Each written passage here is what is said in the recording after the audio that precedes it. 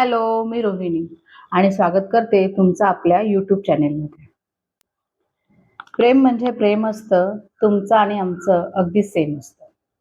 पाडगावकरांची कविता आठवते का? त्यातल्या या ओळी. आता या ओळीने सुरू करण्याचं कारण म्हणजे आज विषयच तो मी घेणार आहे. आपल्याला बोलण्यासाठी किंवा शेअर करण्यासाठी तुमच्यासोबत आजचा विषय मी घेतला आहे प्रेम.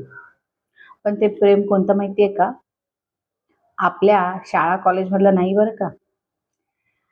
माणसं 40शीत आल्यानंतर जे प्रेम होतं ना, ते प्रेम. खरं तर असं म्हणतात 16व्या-17व्या वर्षी पहिलं प्रेम होतं. पण मला वाटतं ते खरं तर आकर्षण असतं. आपण तितके मॅच्युअर झालेलो नसतो प्रेमात पडण्यासाठी. आणि नंतर तुम्ही म्हणाल, की मग कधी प्रेम होऊ शकतं? याला काही वयाचं बंधन आहे का?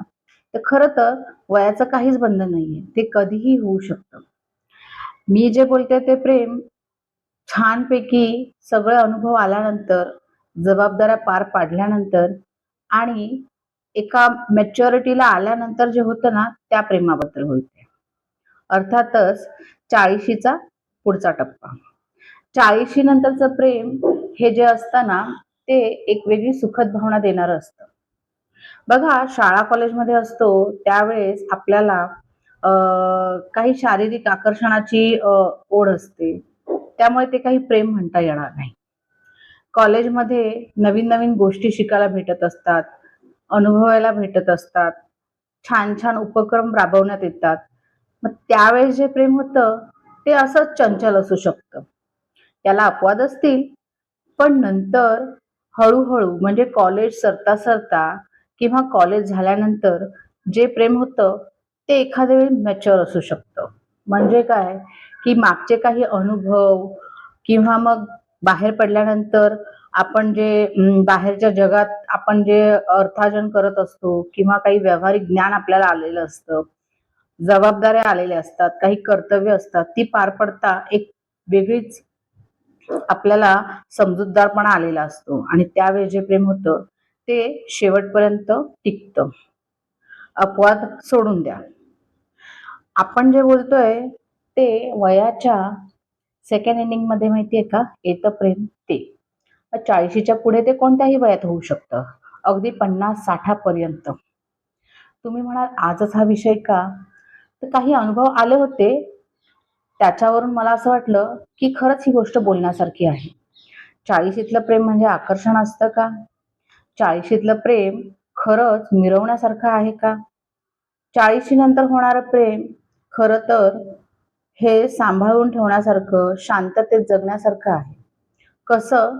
ते मी सांगते तुम्हाला. चला तर मग. बघा, नवरा बायकोचं 40शी पर्यंत आल्यानंतर किंवा त्याच्या पुढे गेल्यानंतर साधारणपणे संसारातल्या सगळ्या गोष्टी सेटल झालेल्या असतात. म्हणजे मुलं-बाळं मोठी झालेली असतात किंवा ती शाळेत जाणारी असतात, कॉलेज झालेलं असतं. अ, जर काम करत असतील नोकरी-धंदा तर त्याच्यामध्ये ते छानपैकी रुतलेले असतात. स्वतःला सामावून घेतलेलं असतं. मग अशा वेळी 40शी नंतरचं प्रेम म्हणजे लोकं विचारतील 40 आणि या वयात प्रेम? तर हो, का नाही? होऊ शकतं. कारण यावेळी जे प्रेम होतं, ते काही प्रेमात पडत नाहीत लोकं. तर ते प्रेम निवडतात. निवडतात इन द सेन्स छान वाटलेली व्यक्ती, आपल्या हृदयाशी जोडली गेलेली व्यक्ती, त्या व्यक्तीविषयी आपल्याला आदरभाव वाटतो, मन शांत होतं आणि कुठेतरी दिलासा मिळत असतो. तेव्हा ती निवडलेली व्यक्ती आणि तिच्यावर झालेलं प्रेम, हे प्रेमच असतं. पण हे प्रेम खरं तर 40शीतलं प्रेम हे फुलपाखरासारखं असं चमकवायचं नसतं ते. ते टिकवून ठेवायचं असतं किंवा ते असं दाखवायचं नसतं. कारण का हे प्रेम म्हणजे नुसतं टाईमपास किंवा अ, वेळ जात नाहीये आपला म्हणून याकरता केलेलं नसतं. जसं मी सांगितलं दोघंही मॅच्युअर असतात, आपापल्या संसारात छान रमलेले असतात. पण कुठेतरी भावनिक जवळीक येते आणि समोरच्या व्यक्तीचा सहवास त्यांना छानपैकी आवडायला लागतो. कसा? तर बघा 40शी मध्ये आल्यानंतर समजा तो असेल आणि त्याची ती मैत्रीण असेल, तर तो तिच्या मैत्रिणीच्या नवऱ्याची म्हणजे त्याची छानपैकी थट्टा मस्करीमध्ये म्हणजे त्यांचा संवाद असतो, त्यांचं बोलणं असतं. तो तिला कधी तिच्या संसाराबद्दल काही चुकीच्या गोष्टी सांगत नाहीत किंवा काही वाईट उपदेश देत नाही संसारासाठी. म्हणजे तू तुझ्या नवऱ्याला सोडून माझ्यासोबत पळून चल, हे तर मुळीच होत नाही. किंवा आपण दोघं कुठेतरी एकांतात भेटू, हे सुद्धा कधी होत नाही. हे प्रेम असतं, हे सगळ्या आपल्या अ, आशा किंवा आपल्या इच्छा तृप्त झाल्यानंतर आपल्याला जे शांतता हवी असते ना, हवीशी वाटणारी एकांतता, ते ह्या प्रेमात सापडतं. समजा ती असेल, तर ती कधीही त्याला त्याच्या बायकोविषयी चुकीच्या गोष्टी सांगत नाही किंवा त्याच्या बायकोविषयी त्याला काही असं वाईट साईड बोलून किंवा काहीतरी तिच्याविषयी चुकीचं सांगून त्याचं मन म्हणजे क्लिष्ट करत नाही. त्यांच्या संसारातल्या छान-छान गोष्टींचाच तिला आदर असतो. जसं की त्याला जसं तिने एक्सेप्ट केलेलं असतं, तसंच ती त्याच्या सगळ्या गोष्टींना सुद्धा एक्सेप्ट करत असते. या वयातलं प्रेम हे खरं तर दोघांना एकमेकांना समजून घेण्याचं असतं. म्हणजे सतत काहीतरी आपण सारखं मला भेटायलाच ये किंवा ह्या गोष्टी ह्या वेळी होत नाहीत. इथे फक्त एखादा चहा जरी सोबत घेतला गेला ना, तरी ते खूप मोलाचं असतं. ठीक आहे? या टप्प्यावर असणारं प्रेम म्हणजे गुलाब देणं एकमेकांना किंवा गिफ्ट्स देणं हे असं नसतं. एका चहावरच ते भागतं.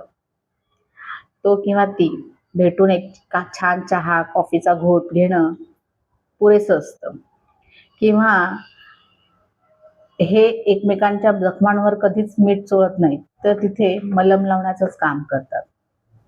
इथे शांतता असते. एक वेगळाच सुखद अनुभव असतो. इथे मला भेटायला ये असं काही गरजेचं नसतं. पण आपल्या पार्टनरला किंवा आपल्या मित्राला आपली गरज आहे त्यावेळेस तिथे उपलब्ध असणं हे ते प्रेम असतं. हे प्रेम म्हणजे नुसतं दिखावा करणं नाही, तर समजूतदारपणाने सोबत देणं, सोबत घेणं असं असतं. बघा, प्रत्येक स्त्री किंवा पुरुष हे दोघं सोबत असले का त्यांच्यामध्ये खूप काही घनिष्ठ चाललंय असं नसतं प्रत्येक वेळी. प्रेम म्हटलं का नुसतं शारीरिक संबंध येणं असं पण नसतं. एक छान नितळ सुंदर मैत्री असते, पण हे मैत्रीच्या पलीकडे असतं. हेच प्रेम दोघांसाठी आयुष्यभरासाठी सुद्धा पुरेसं असतं, जर त्यांनी ते व्यवस्थित निभावलं तर. पण काही जण याच्यामध्ये गफलत करतात. जर पहिलं प्रेम आपण समजतो हे असेल, तर ते असंच शांतपणे सुरू असलं पाहिजे. ना की तू मला भेटायला ये किंवा तिने किंवा त्याने त्याच्या कुटुंबातल्या व्यक्तींना काहीतरी चुकीचं उद्देशून एकमेकांना भडकावाचं काम करायचं असं नसतं. कुटुंबाची काळजी असणं आणि आपला मित्र आपल्या सोबत असणं ही एकच गोष्ट असते. त्यामुळे या प्रेमाला मला तर काही गैर वाटत नाही, पण जेव्हा ते म्हणजे गुलदस्त्यात असेल तरच चांगलं वाटतं. या सगळ्यात महत्त्वाचं म्हणजे या वयातलं प्रेम स्वतःला हरवून नाही, तर स्वतःला जपून केलं जातं. बघा मित्र-मैत्रिणींनो, तुम्ही जर या टप्प्यात आहात, लग्न झालेले आहात आणि या टप्प्यात आहात, या अवस्थेतून जात असाल, तर फक्त एकच लक्षात ठेवा. वाढत्या वयात होणारं प्रेम किंवा 40शीतलं प्रेम हे जास्त गाजत नाही. पण ते छान प्रेमळ, शुद्ध, नितळ भावनेने केलं, तर ते शेवटपर्यंत टिकून राहू शकतं. तुम्ही जर या टप्प्यात असाल, तर अजून एक लक्षात ठेवा, की उशिरा मिळालेलं प्रेम हे कधीही कमी नसतं, पण ते समजूतदार नक्की असतं. धन्यवाद. तुम्हाला जर ही माहिती आवडली असेल किंवा यामध्ये काही चूक बरोबर असेल, तर मला नक्की कमेंटद्वारे सांगा. तुमच्या कमेंटची मला अपेक्षा राहील. आणि व्हिडिओ आवडला असेल तर शेअर करा, लाईक करा आणि सबस्क्राईब करा विसरू नका. धन्यवाद.